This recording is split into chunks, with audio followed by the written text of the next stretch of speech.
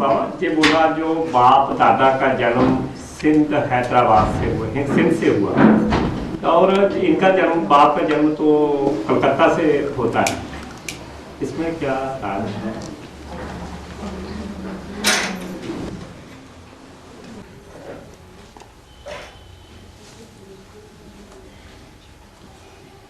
बाप कहा गया राम वाली आत्मा के लिए, और दादा कहा गया ब्रह्मा के लिए। जिनके सामने कहा गया वो तो ब्रह्मा बाबा को ही बाप दादा समझते हैं,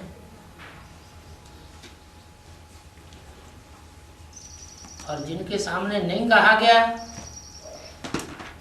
लेकिन हद के बच्चे नहीं हैं, बेहद के बच्चे हैं,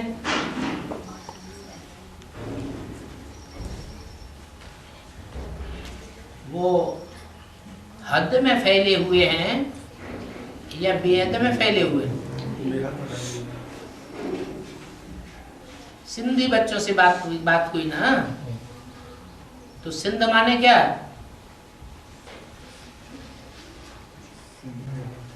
सिंध किसे कहते हैं?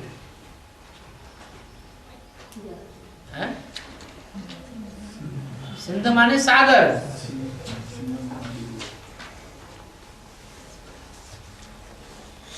तो सिंधी बच्चे बेहद में कौन हुए? हैं? जैसे ब्राह्मणों की दुनिया में सिंधी सबसे पुराने माने जाते हैं, ऐसे ही बेहद की भाषा में ब्राह्मणों की दुनिया में जो ज्ञान सागर के बच्चे हैं वो 500-700 करोड़ के बीच सबसे पुराने हैं। तो बाबा तो हद की भाषा में बेहद की भाषा की बातें बताते हैं। और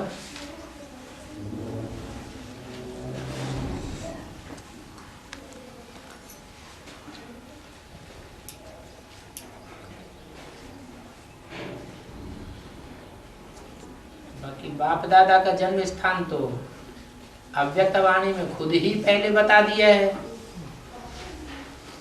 ईस्टर्न जोन बाप दादा को कहां से सिलेक्ट किया है?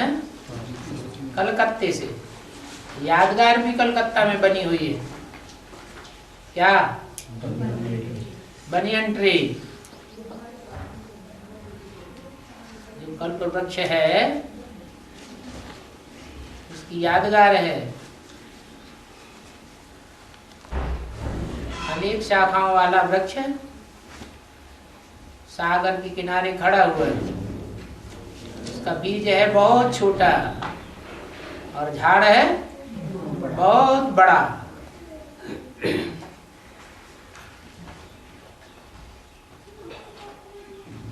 मुख्य जड़ लोप हो गई,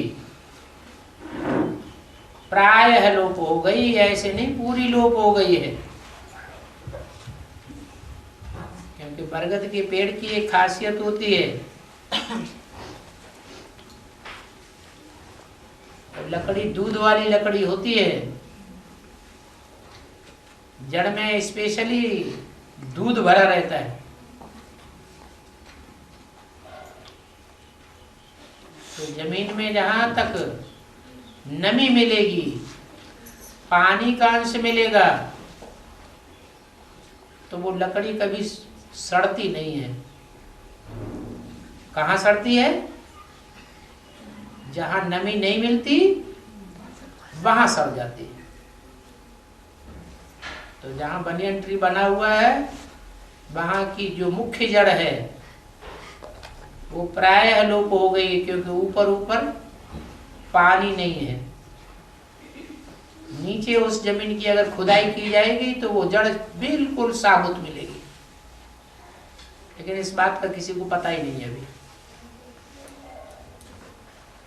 और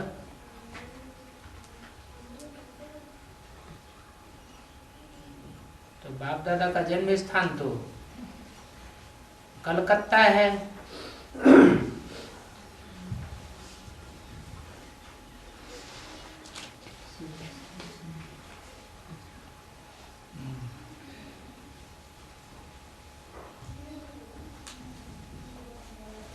और बाप माने सूर्य, और सूर्य कौन सी दिशा से उदय होता है? सिंध देश पूरब में है या पश्चिम में? पश्चिम में। तो जन्म स्थान कैसे हो गया? हद की बात नहीं है, बेहद की बात है। और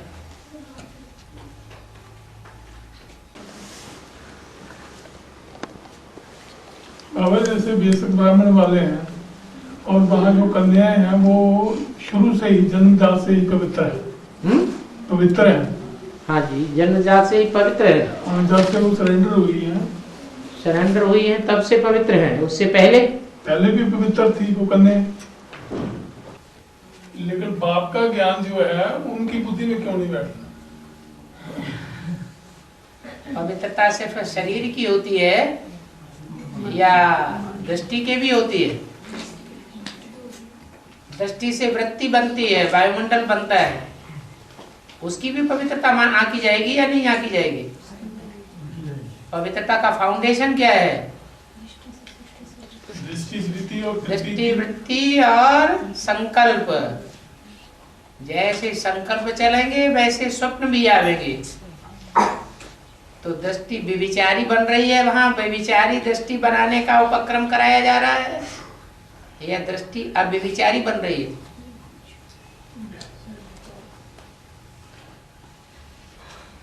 जब एडवांस ज्ञान आपने सुना तो आपने ये प्रश्न नहीं किया।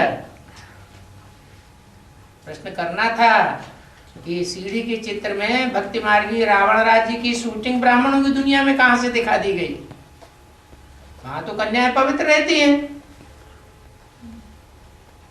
रावण राज्य में दृष्टि, वृत्ति, संकल्प और स्वप्न व्यभिचारी ही बनेंगे या अव्यभिचारी भी बनेंगे? क्या होगा? अव्यभिचारी भी बनेंगे। अव्यभिचारी बनेंगे। आप आंख लड़ाते रहे, लड़का लड़की दोनों साथ साथ बैठ करके, और व्यभिचारी संकल्प चलेंगे, जबकि बाप का ज्ञान ही नहीं है, बाप की पहचान भी नहीं है। हाँ, बाप की पहचान हो और फिर प्रैक्टिकल में इंद्रियों का विचार देखने में भले आए और वृत्ति उपराम हो, तब तो कहा जा सकता है कि जगन्नाथ मंदिर में जो चित्र बने हुए हैं वो ब्राह्मणों की दुनिया की उस प्रैक्टिस की यादगार है, जहां प्रवृत्ति मार्ग पोषित करता हुआ दिखाया गया है कि बल प्रवृत्त रहे इंद्रियों से, फिर भी मन बुद्धि से उपराम रहे। बाकी जिनको ज्ञान ही नहीं है बाप का, बाप की पहचान ही नहीं है, तो किसकी याद में बुद्धि टिकेगी? याद सर्वव्यापी होगी या एक व्यापी होगी? तो वही हो रही।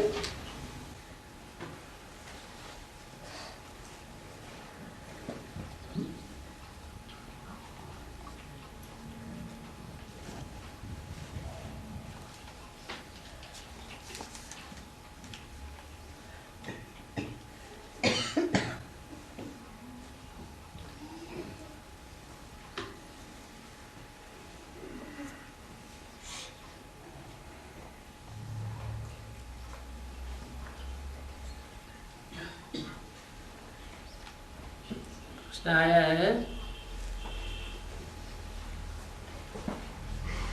एक दक्षिणावर्ती शंख है। कुछ गलत पढ़ते हो तो बता देना, क्योंकि उसको कुबेर का स्वरूप माना जाता है।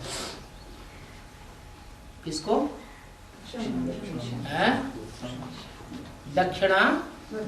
दक्षिणावर्ती शंख को कुबेर का स्वरूप माना जाता है। महर्षि मार्कंडेय के द्वारा दक्षिणावर्ती शंख की स्थापना हुई और उसी दक्षिणावर्ती शंख की स्थापना होने से लक्ष्मी उत्पन्न होती है। इस उसका बेहद में क्या अर्थ है? लक्ष्मी बाबा प्रसन्न होती है। लक्ष्मी प्रसन्न होती है। अच्छा, प्रसन्न होती है, लक्ष्मी प्रसन्न होती है। इसका बेहद का अर्थ क्या है? तो शास्त्रों में शंख की क्या यादगार है?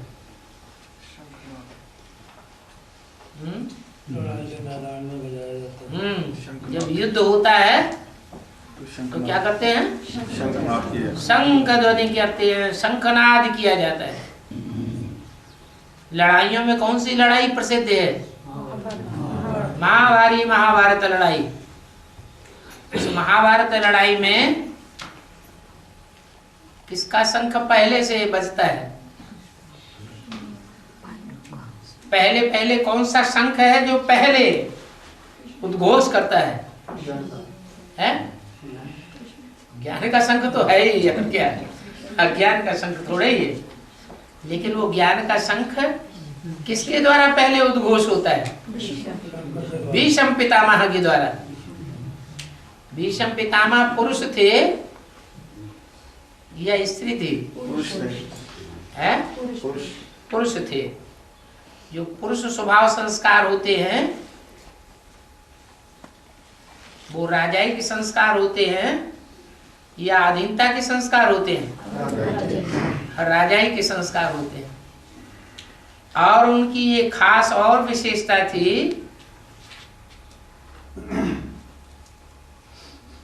सबके ऊपर कंट्रोल चलाने का तो उनका संस्कार था ही। किनका? भीष्म पितामह का। लेकिन प्योरिटी भी उनका संस्कार था। वो बाल ब्रह्मचारी थे। उनकी प्योरिटी का मुकाबला और कोई नहीं कर सकता था। तो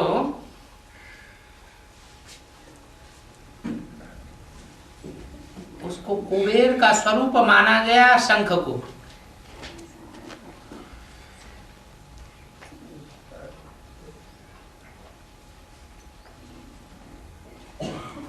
और कुबेर का पार्ट कौन से देवता का है?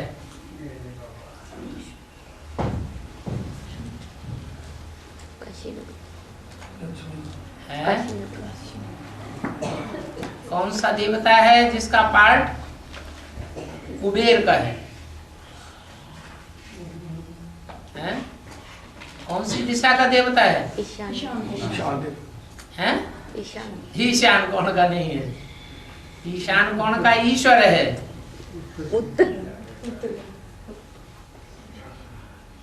ईश्वर अर्थात शिव शंकर भोलेनाथ। उत्तर दिशा जो अष्ट देव हैं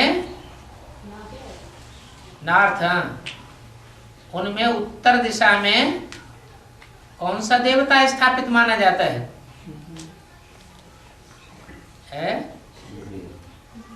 कुबेर।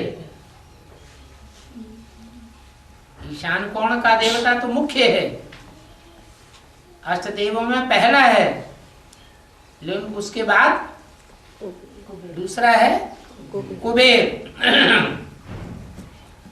तो कुबेर का स्वरूप है दक्षिणावर्ती शंख।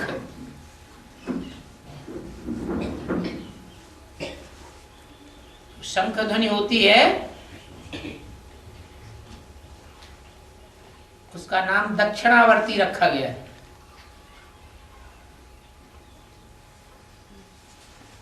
लड़ाई झगड़े की जो शुरुआत है वो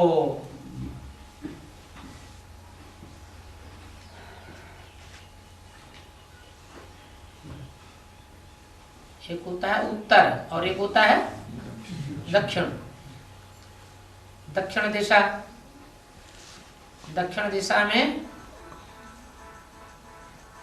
असुरों का वास माना जाता है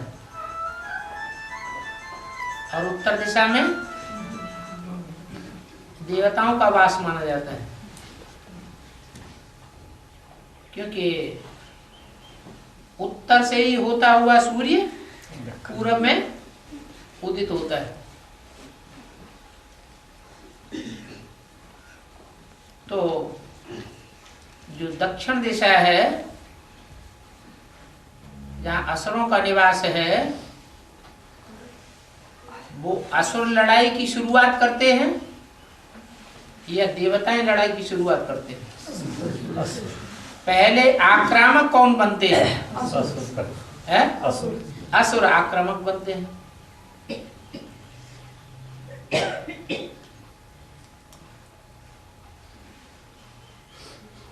भीष्म पितामह आसुरी संप्रदाय में थे या दैवी संप्रदाय में थे?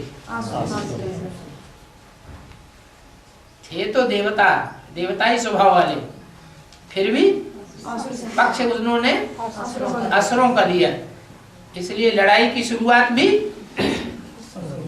उन्हों के द्वारा ही होती है। तो जो बताया गया है कि दक्षिणावर्ती शंख है, उसको कुबेर का स्वरूप माना जाता है। दक्षिणावर्ती शंख की स्थापना होती है और उस दक्षिणावर्ती शंख की स्थापना होने से लक्ष्मी उत्पन्न होती है। प्रसन्न है वो उत्पन्न नहीं, प्रसन्न होती है। लक्ष्मी प्रसन्न होती है। तो जो दूसरा मणका है अष्टदेवों में, वो पुरुष चोले में है या स्त्री चोले में है? स्त्री चोले में। और जो पहला मणका है पुरुष चोले में है। जो ज्ञान शंख की ध्वनि है वो पहले मणके से शुरू होती है या दूसरे मणके से शुरू होती है? है? ज्ञान शंख, जो शंख भेरी जो बजती है, वो पहले मणके से उसकी शुरुआत होती है या दूसरे मणके से शुरुआत होती है? दूसरे से होती है। सन 76 में बाप का प्रत्यक्षता वर्ष हुआ और बाप का रूप स्वरूप हुआ शंकर स्वरूप, जिसे ईशान कोण में दिखाया जाता है। तो सन 76 से शंख भेरी बजी या बाद में बजी? 76 से बजी, लेकिन उसका असर लक्ष्मी पर होने वाला नहीं है। क्यों नहीं होना है? लक्ष्मी या गंगा के ऊपर शंख ध्वनि जो शंकर के द्वारा की जाती है, करने वाला शिव बाप है, वो गुप्त क्यों रहता है? उससे लक्ष्मी क्यों नहीं प्रसन्न होती? वही शंख ध्वनि जब दक्षिणावर्ती शंख अर्थात कुबेर के द्वारा शंख ध्वनि होती है तो लक्ष्मी प्रसन्न हो जाती है। इसका क्या कारण है?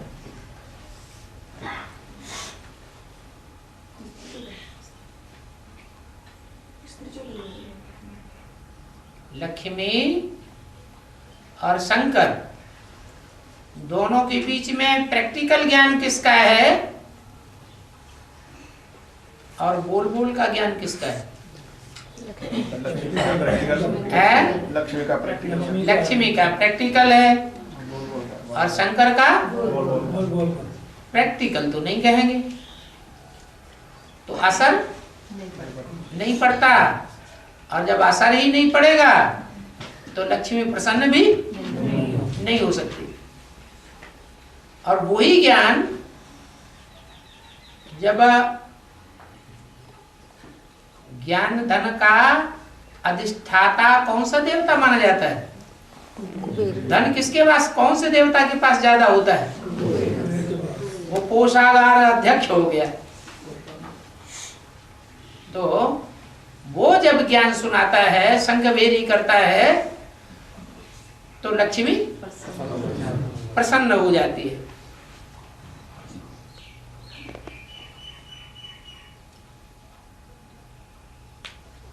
तो समझ में आ गया होगा कि कुबेर का ही रूप शास्त्रों में अनुसुईया का दिखाया गया है।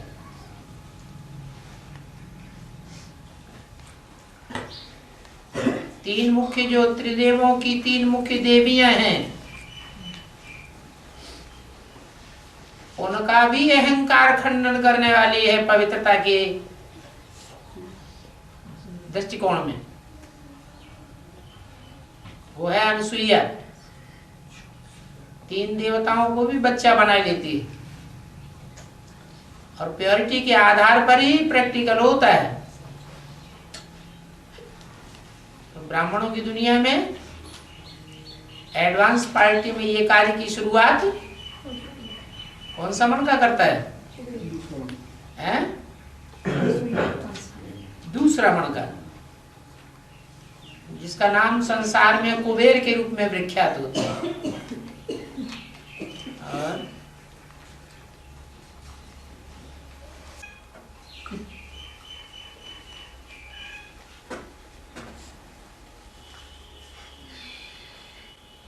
कोई किंवदंती है कि मेढक को सांप का मामा कहा जाता है?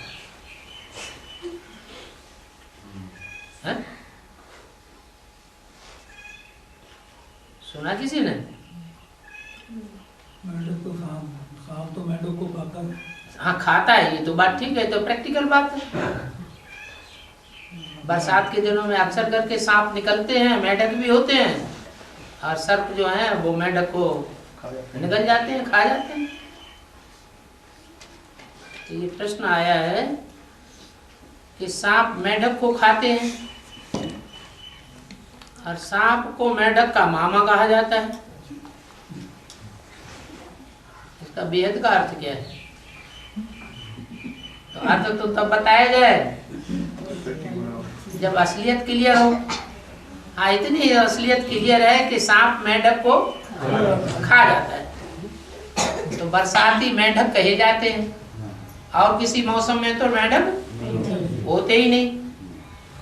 तो ये ब्राह्मणों की दुनिया में संगम युग जो है, सन 36 से लेकर के और 2000 तक का जो पीरियड है, वो मेढकों का युग कह दो, भगवान का युग कह दो,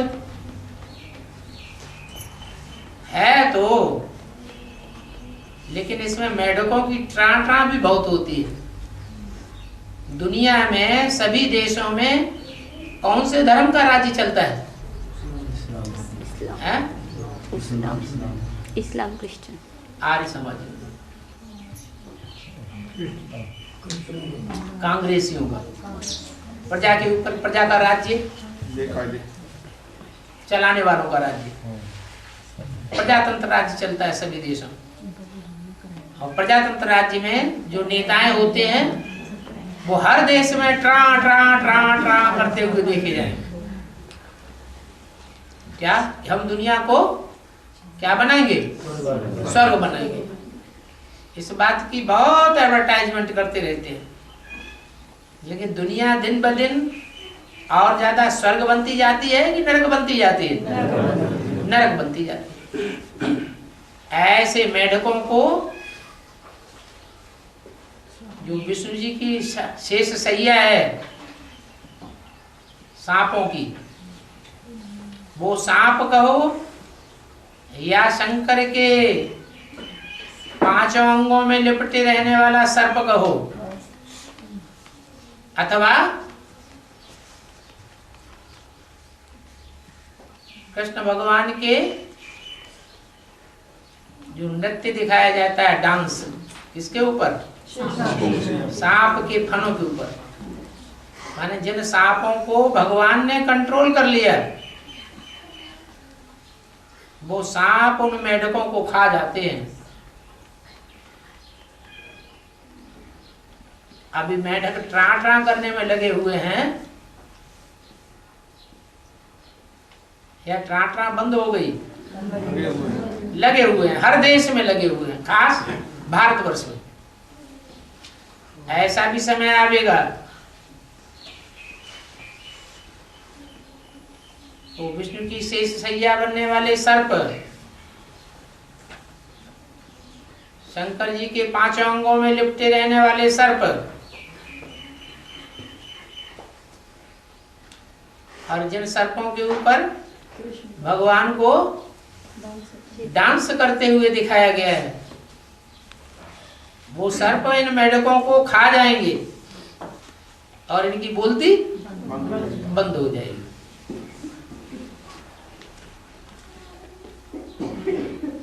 मामा कैसे हो? अरे किसी ने बात को अनुमोदन ही नहीं किया कि मामा कहते हैं या नहीं कहते, तो वो बात तो झूठी साबित हो गई। किसी ने अनुमोदन किया कि सांप का मामा कहते हैं, कोई ने किया अनुमोदन? कोई नहीं किया। और जिसने लिखा है, लिखा भाई पूछे ना वो क्या कहाँ लिखा है, कौन से शास्त्र में? जिसने लिखे भेजा है, प्रश्न पूछा जिसने, उसने अपना विचार लिखा। अपना अपना विचार कौन मानता है? ऐसे तो दुनिया में ढेर के ढेर चित्र बना दिए। वो माया की मत पर अपने अपने विचार चलते हैं, अपने अपने चित्र बनाते हैं, अपनी अपनी कथा कहानियां लिख देते हैं।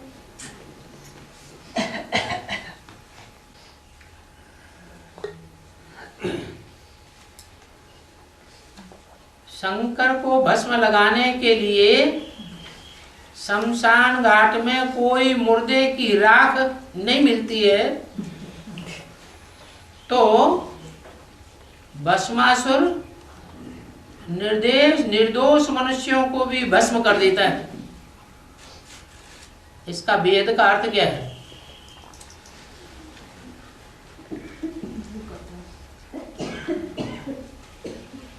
भस्म किसे कहा जाता है? राख। राख तो ठीक है, भस्म कहा जाता है, लेकिन राख का अर्थ क्या है? हिंदवाणी में बोला है, अब देखेंगे कोटों में से एक, लाखों में से एक कौन निकलते हैं,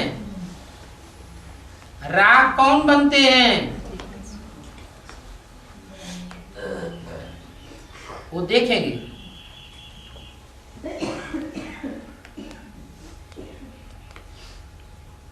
राख बनने का मतलब क्या हुआ? अपने देवान को भस्म करना, जीते जी मरना।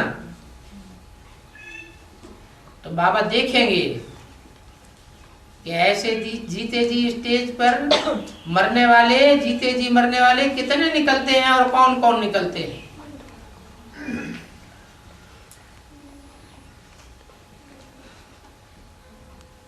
तो एक असुर था, उसने ये जिम्मा लिया कि शंकर जी को मैं रोज भस्म लाके दूंगा।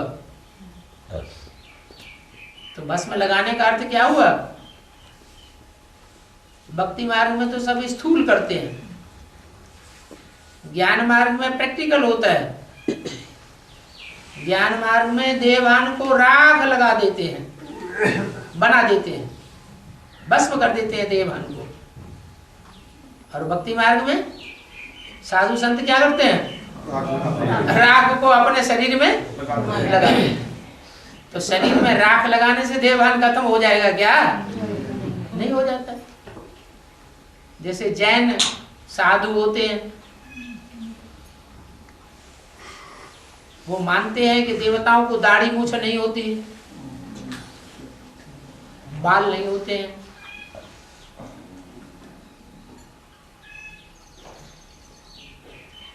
लेकिन वो क्या करते हैं? जो है संसार का त्याग करते हैं, तो चाहे स्त्री हो चाहे पुरुष हो, वो उन बालों को ही उखाड़ देते हैं। पुरुष अपने दाढ़ी मूछ के दाढ़ बालों को भी उखाड़ देंगे, और स्त्रियों के जो गुप्त अंग के बाल हैं उनको एक एक करके नोच देते हैं। समझते हैं अब हम निर्विकारी हो गए। तो क्या ऐसे कोई निर्विकारी बन जाते हैं? और ज्यादा विकारी होते। ये कोई तरीका नहीं हुआ, ये तो स्थूल बातें हो गई। जो अर्थ सहित बात है वो तो भूल गए। तो ऐसे ही कोई एक भस्मासुर निकला जिसने ये जिम्मा लिया कि हम शंकर जी के लिए रोज राख लाएंगे ताकि वो भस्म रमाते रहें, देवान को भस्म करते रहें। लेकिन फिर उसे राख मिलना बंद हो गई, तो उसने शंकर जी से वरदान मांग लिया कि मैं जिसके हाथ पर, जिसके सर के ऊपर हाथ रख दूं वो भस्म हो जाए।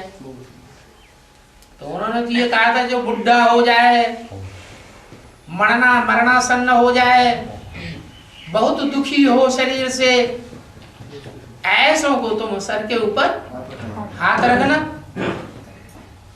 भले चंगे लोगों के ऊपर हाथ नहीं रखना। लेकिन असुर तो असुर होते हैं, वरदान लेते समय तो चाव से ले लेते हैं, फिर उसका पालन नहीं कर पाते। तो उसने भी सबको भस्म करना शुरू कर दिया। सारी सृष्टि में हाहाकार मच गया। अब ये भस्मासुर ब्राह्मणों की दुनिया के हैं या बाहर की दुनिया के हैं? ब्राह्मणों की दुनिया के हैं।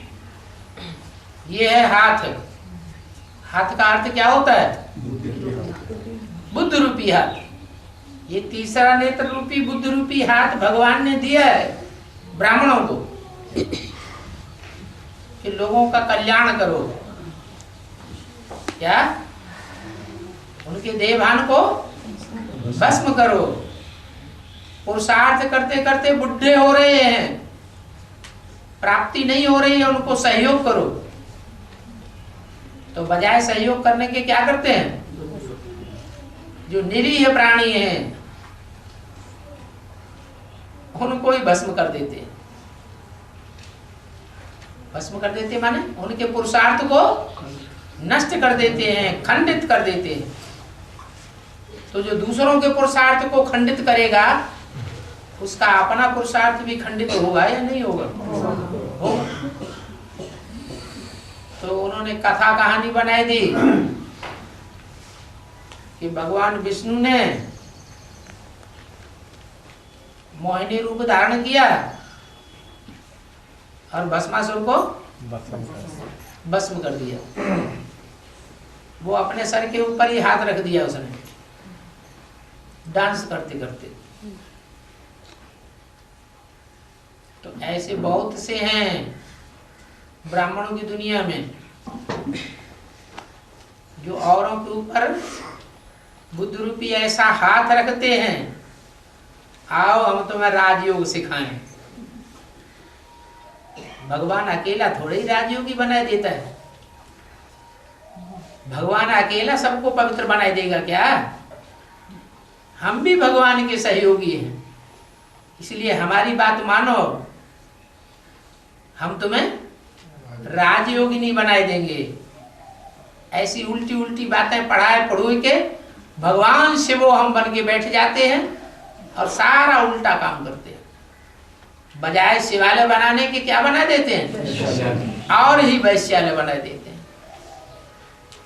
खुद भी भस्म होते हैं पुरुषार्थ में और दूसरों का पुरुषार्थ भी भस्म करते हैं।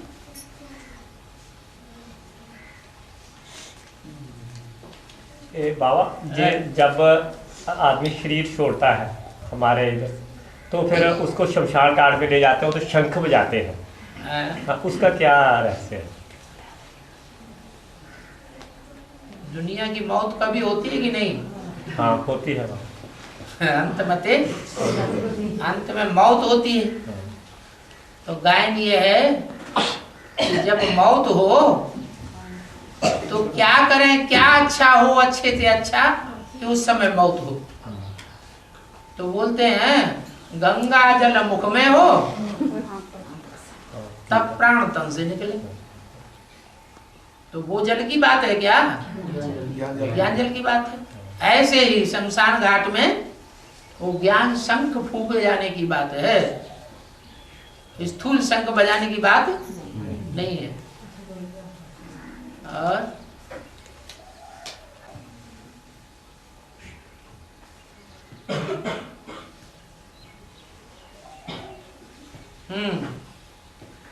प्रश्न आया है, जगन्नाथ, बलराम और सुभद्रा तीनों की पूजा इकट्ठी होती है, लेकिन उनके साथ लक्ष्मी की पूजा क्यों नहीं होती? उनका मंदिर अलग क्यों और लक्ष्मी का मंदिर अलग क्यों दिखाया जाता है? नाम ही है जगन्नाथ। किसका नाथ? सारे जगत का नाथ। तो जगत का नाथ सतयुग में होगा, त्रेता में होगा, द्वापर में होगा, या जब 500-700 करोड़ दुनिया के मनुष्य इकट्ठे होंगे इस दुनिया में, तब जगत होगा। 500-700 करोड़ जब मनुष्य इस दुनिया में इकट्ठे हो जाते हैं तो कहा जाता है जगन्नाथ। उस समय की यादगार है जगन्नाथ की। और जगन्नाथ जिसको कहा जाता है भगवान को, वो भगवान वास्तव में भगवान है या भगवान का टाइटलधारी है? भगवान तो एक ही नाम है उसका, भगवान जो सदैव निराकार है उसको कहा जाता है। वो सदैव निराकारी स्वरूप का नाम है शिव। उसका असली स्वरूप है ज्योति बिंदु। वो न नाम कभी बदलता है और न वो रूप कभी बदलता है, लेकिन वो असली जो भगवान है, जब इस सृष्टि में, मनुष्य सृष्टि में जब 500 करोड़ की मनुष्य सृष्टि होती है, उस समय इस सृष्टि में प्रत्यक्ष होता है कोई मुकर्रर रथ में। जिस मुकर्रर रथ में प्रत्यक्ष होता है उसको सारे जगत का स्वामी बनाने के लिए प्रत्यक्ष होता है। जगन्नाथ उसे कहा जाता है। और जगन्नाथ के जगन्नाथ बनने के कार्य में कोई आत्मा तो विशेष सहयोगी बनती होगी, बनती है या नहीं बनती है? कौन है? लक्ष्मी नहीं बनती है, लक्ष्मी सतयुग में होती है। सारे जगत से कनेक्शन लक्ष्मी का नहीं है, लक्ष्मी का कनेक्शन देवताओं से है? नाम दिया है बलराम। उनका सदा साथी कौन दिखाते हैं? राम का साथी बलराम। रामायण में राम और लक्ष्मण को साथ साथ दिखाया है। फिर लक्ष्मण ने कहते हैं एक वरदान लिया कि यहाँ तो मैं छोटे भाई था इसलिए सारी बातें आपकी माननी पड़ती थी,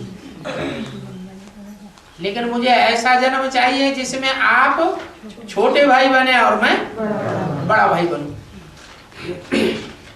तो शास्त्रों में दिखाई दिया कि वो बलराम का नाम जो बड़ा है, द्वापर में द्वैतवादी युग में उनका नाम बलराम हुआ और वो हुए कृष्ण। नहीं, राम नहीं, उनका नाम हुआ कृष्ण। ऐसे ऐसे कथा बनाई हुई है। वास्तव में है ये संगम युग की बात। क्या संगम युग में राम वाली आत्मा जब दोबारा जन्म लेकर के ज्ञान में आती है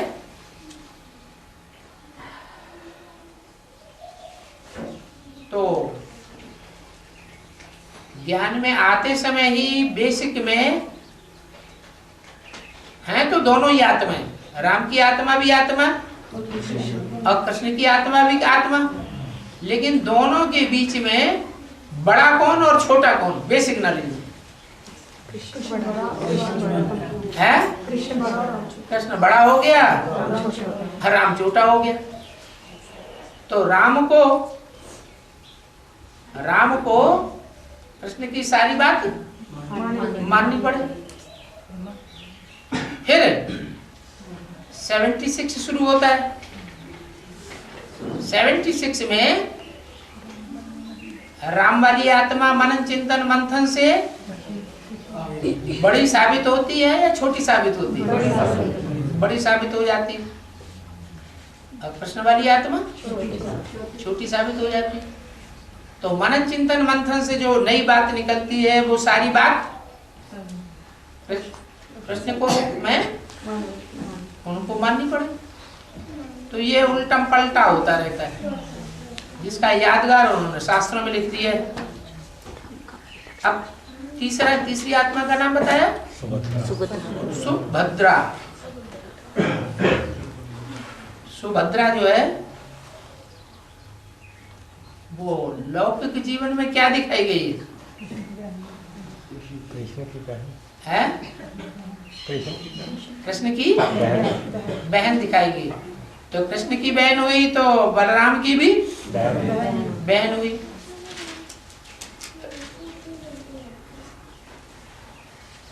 वो रुद्रमाला का मणका है या विजयमाला का मणका है? रुद्रमाला का मणका है। नाम रख दिया सुभद्रा। सु माने सुंदर और भद्र माने है? भद्र माने क्या? भद्र माने कल्याणकारी। कैसा कल्याणकारी है? सुंदर कल्याणकारी। एक कल्याण होता है ऐसा कि कल्याण तो है, लेकिन कल्याण के साथ साथ काला कर्म भी हो गया, तो उसका भी नाम शास्त्रों में है भद्रकाली। क्या नाम दिया है? भद्रकाली। है तो भद्र, कल्याणकारी तो है। क्योंकि अगर काली ना हो तो असुरों का संहार भगवान तो नहीं करेगा। भगवान प्यार का सागर कैसे बनेगा? भगवान के लिए क्या गायन है? तू प्यार का सागर है, तो ये तो बात खंडित हो जाएगी। इसलिए भगवान संहार का कार्य इसको सौंप देते हैं, शक्ति के हाथ में सौंप देते हैं। तो वो शक्ति महाकाली का रूप धारण करती है तो कहते हैं भद्रकाली। लेकिन ये भद्रकाली नहीं है, इसका नाम क्या है? सुभद्रा। तो कौन हुआ? वास्तव में सुभद्रा का पार्ट किसका हुआ? कौन है रुद्रमाला में वो आत्मा? दूसरा भद्रकाली है, दूसरा सुभद्रा है। दूसरा मणका काशी जो रुद्रमाला का अष्ट देवों में दूसरा मणका है वो हुआ सुभद्रा। सुंदर भी है और कल्याणकारी भी है। भगवान के लिए टाइटल होता है सत्यम शिवम सुंदरम। शिव माने कल्याणकारी और सुंदर माने सुंदर। जो कल्याणकारी है वो ही सुंदर है।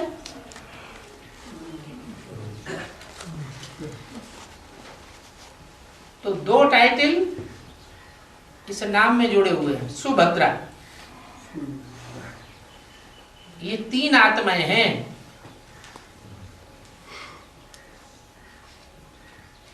जो कलयुग के कठोर समय में तीनों आत्माओं ने जो पुरुषार्थ किया है, तीव्र पुरुषार्थ किया है, उसकी यादगार है। तीनों की पूजा होती है। पूजा का आधार होता है प्योरिटी। लेकिन उनके साथ लक्ष्मी की पूजा नहीं होती है। साथ में पूजा तो तब हो जबकि साथ में कल्याण का कार्य किया हो।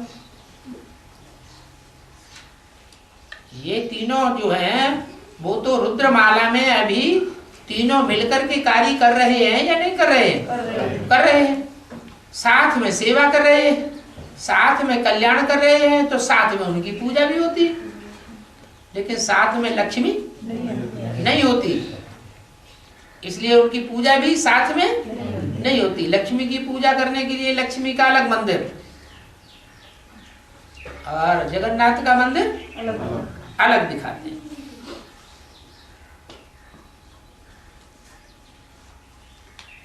और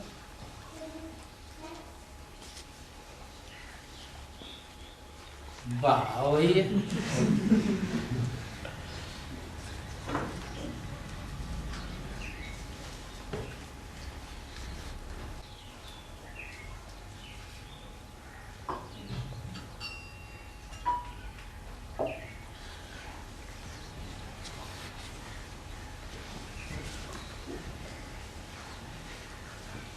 पृथ्वी और चंद्रमा तो मिट्टी है, लेकिन और जो ग्रह उपग्रह हैं वो किस चीज से बने हुए हैं?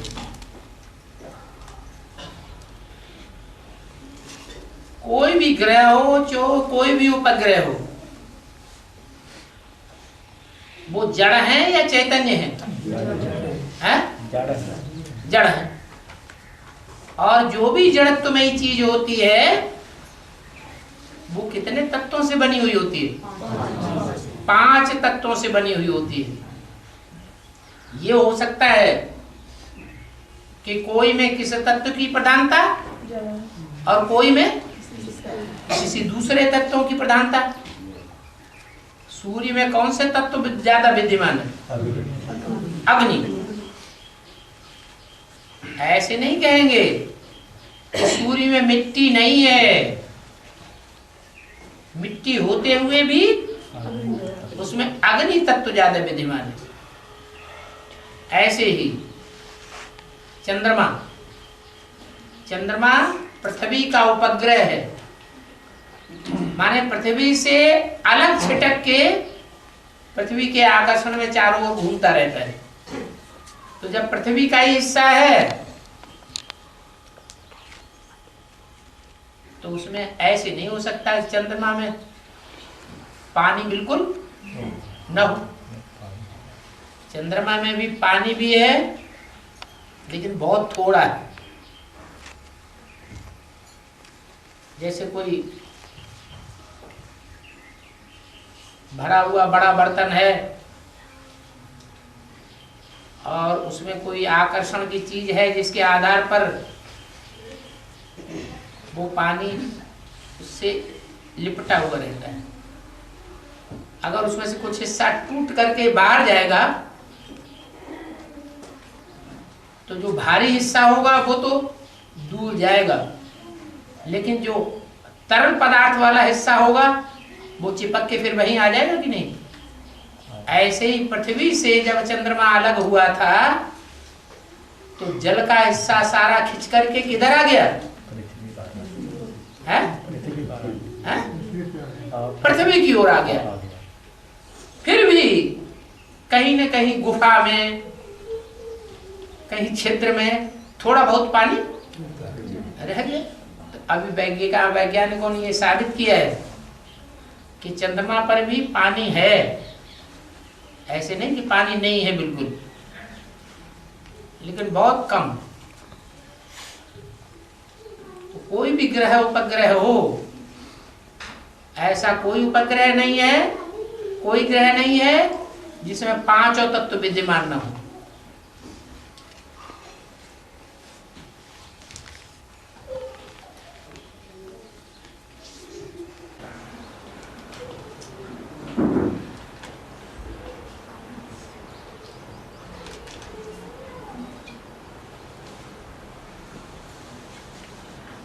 खाने के बाद पानी पीने से खाना पचता है।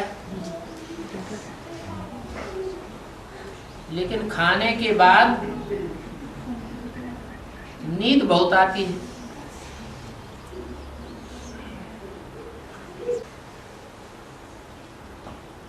और आलस्य आता है। इसका वेद का अर्थ क्या है? अरे वेद में खाना किसे कहा जाता है और पानी किसे कहा जाता है? याद को कहेंगे भोजन, खाना, और ज्ञान को कहेंगे जल।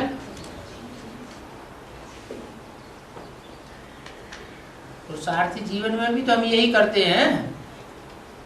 पहले याद में बैठते हैं और याद में बैठने के बाद फिर ज्ञान जल से स्नान करते हैं, ज्ञान जल पीते हैं। तो जो याद है, वो याद में जो हमारा सूक्ष्म स्वरूप बनता है, आत्मा का सूक्ष्म स्थिति बनती है, वो ज्ञान जल भोजन को पचा देता है। कभी देखना, डायरेक्ट मुरली पढ़ना और आधा पौना घंटा संगठन में याद में बैठने के बाद फिर मुरली सुनना, दोनों में क्या अंतर होता है?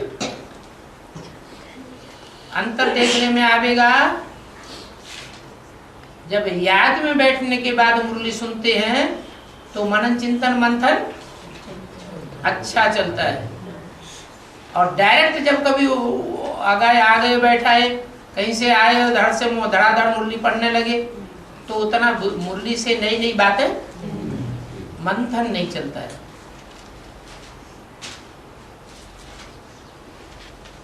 बाकी नींद आती है, आलस्य आता है, वो तो है? हैं? थोड़ा थोड़ा सबको आता है। थोड़ा मतलब थोड़ा नंबर बात। यहाँ पानी पीने की भी बात लिखी हुई है। क्या? खाना खाने के बाद पानी पीते हैं तो खाना पचता है, आसानी से पचता है। लेकिन आगे लिखा है खाना खाने के बाद शक्ति आनी चाहिए। तो शक्ति ना आकर के नींद बहुत आती है। इसका कारण क्या है? नहीं, कुछ लोग ऐसे होते हैं जिनकी पाचन शक्ति बहुत कम होती है, लीवर खराब होता है। अगर वो खाना खाने के साथ ही साथ पानी पी लेंगे तो उनको खाना पचेगा ही नहीं। इसलिए खाना खाने के 1 घंटे के बाद पानी पिएंगे तो उनका खाना भी अच्छी तरह से पचेगा और लीवर पर कोई ज्यादा वजन नहीं पड़ेगा। नहीं तो अगर उन्होंने खाना खाने के साथ साथ पानी पी लिया तो मालूम क्या होता है? उनका खाना पचता ही नहीं। यहाँ भी ऐसे है, कोई है जिनके लिए मुरली में बोला है बाबा ने कि मुरली जब सुनते हो तो सुनते समय कुछ भी काम नहीं करना चाहिए। मुरली सुनते समय सिर्फ मुरली ही सुनना है, दूसरा कोई काम नहीं करना। याद के लिए ऐसे नहीं कहा। याद के लिए क्या कहा? चलते फिरते उठते बैठते कर्म करते भी याद कर सकते। और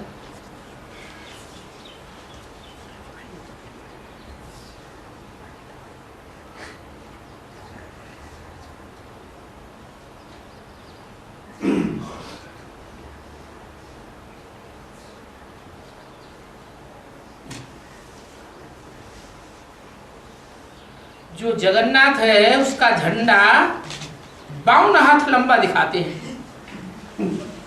क्या ऊंचा झंडा लगाया और उसमें कपड़ा 52 हाथ लंबा लगा दिया।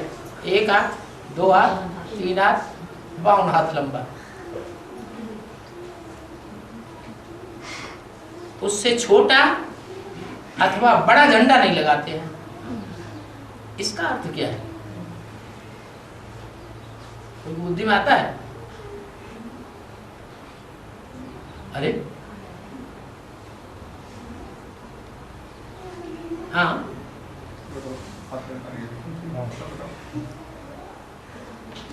अरे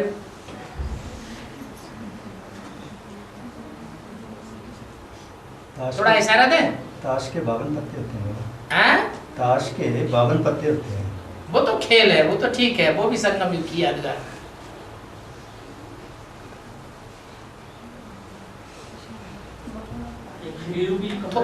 थोड़ा इशारा तो दिया लेकिन पूरा इशारा नहीं मिला। बस जुए में काम आती है। और पांडव जो थे वो जुआ खेलने में बहुत प्रवीण थे। हैं? पांडवों का जुआ जो है वो मन पसंदीदा खेल था। पांडव कौरवों का जुआ। हाँ। और उसके 52 ही पत्ते होते हैं। नहीं, वो तो आज ही पत्ते 52 नहीं होते, आज नहीं होते हैं। और वो जुआ नहीं खेला था उन्होंने, उनकी तो चौपड़ थी।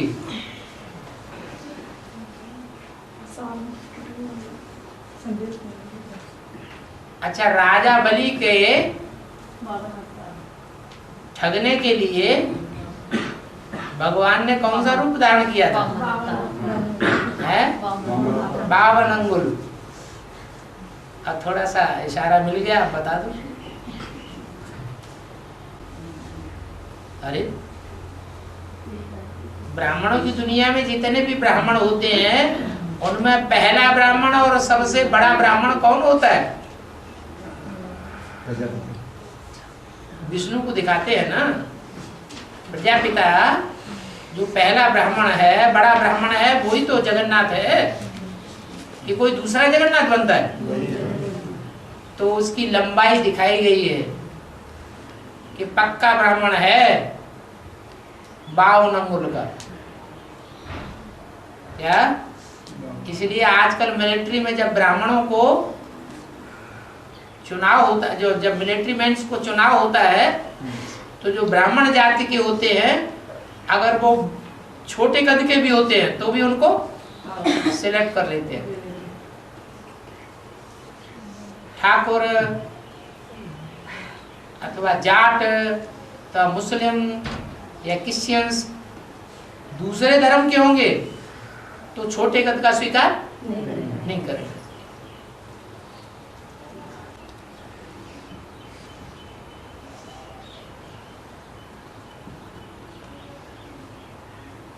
ये बात तो पहले भी बता दी गई है कई बार। सीढ़ी की चित्र में जहाँ भारत का चित्र दिखाया है वहाँ द्वापर युग की 2-3 सीढ़ियाँ थोड़ी सी कटी हुई है। उसका क्या अर्थ है?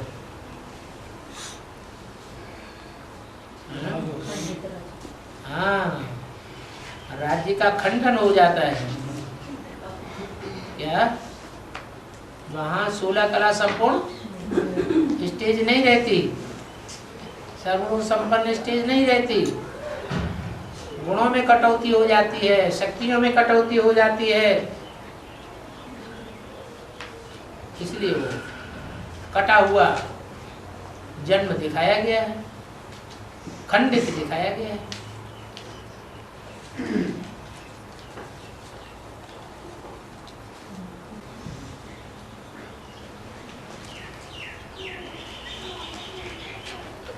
पूर्व दिशा में आम पहले पक जाते हैं।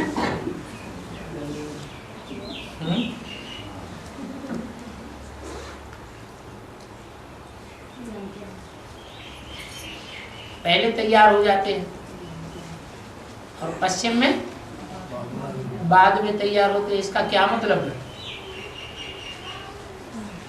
है? पहले पहले सेक जो है वो पूर्व दिशा वालों को ही लगता है। हाँ, सूर्य का उदय होना, पहले सूर्य का उदय होना कहाँ होता है, कौन सी दिशा में? पूरब में होता है।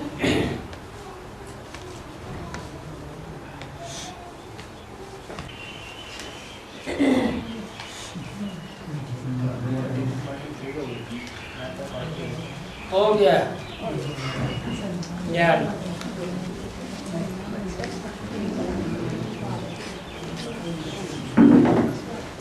कोई बोलता तो है नहीं, पर्ची बाजी ज्यादा होती है।